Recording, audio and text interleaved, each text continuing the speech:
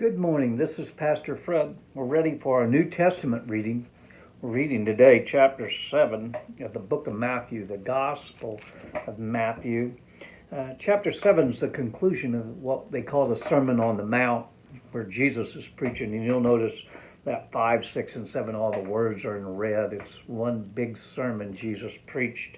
So 7 kind of ends the sermon that started in 5. And Jesus got some very powerful words, and one of the often quoted verses in verse 7 says, "Ask and it shall be given you, seek and ye shall find, and knock it shall be open to you." It's a really good chapter, a lot in there to digest or think about. So pull your Bible up there and let's get reading.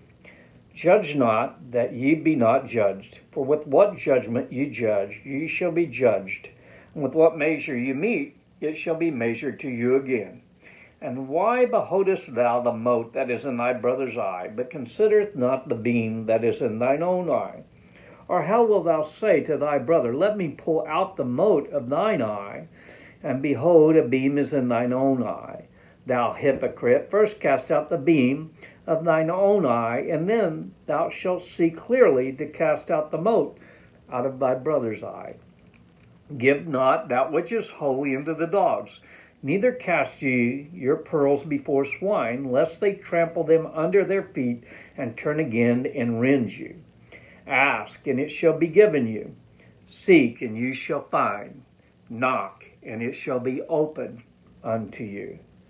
For everyone that asketh receiveth, and he that seeketh findeth, and to him that knocketh it shall be opened. Or what man is there of you, whom if his son ask bread, will he give him a stone? Or if he ask a fish, will he give him a serpent?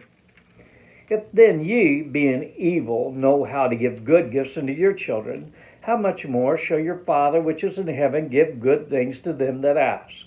Therefore all things whatsoever you would ask that men should do to you, do ye even so to them. For this is the law and the prophets. Enter ye in at the strait gate, for wide is the gate, and broad is the way that leadeth to destruction, and many there be which go therein at. Because strait is the gate, and narrow is the way which leadeth unto life, and few there be that find it.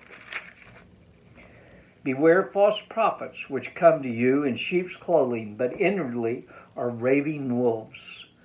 Ye shall know them by their fruits. Do men gather grapes of thorns, or figs of thistles? Even so, every good tree bringeth forth good fruit, but a corrupt tree bringeth forth evil fruit. A good tree cannot bring forth evil fruit, neither can a corrupt tree bring forth good fruit. Every tree that bringeth not forth good fruit is hewn down and cast into the fire. Wherefore, by their fruits you shall know them. Not everyone that saith unto me, Lord, Lord, shall enter into the kingdom of heaven, but he that doeth the will of my Father which is in heaven. Many will say to me in that day, Lord, Lord, have we not prophesied in thy name? And in thy name have cast out devils, and in thy name done many wonderful works? Then will I profess unto them, I never knew you. Depart from me, you work of iniquity. Therefore whosoever heareth these sayings of mine, and doeth them, I will liken him unto a wise man, which had built his house upon a rock. And the rain descended, and the floods came, and the winds blew, and beat upon the house, and it fell not, for it was founded upon the rock. And every one that heareth these sayings of mine, and doeth them not, shall be likened unto the foolish man, which built his house upon the sand. And the rain descended, and the floods came, and the winds blew, and beat upon that house, and it fell, and great was the fall of it.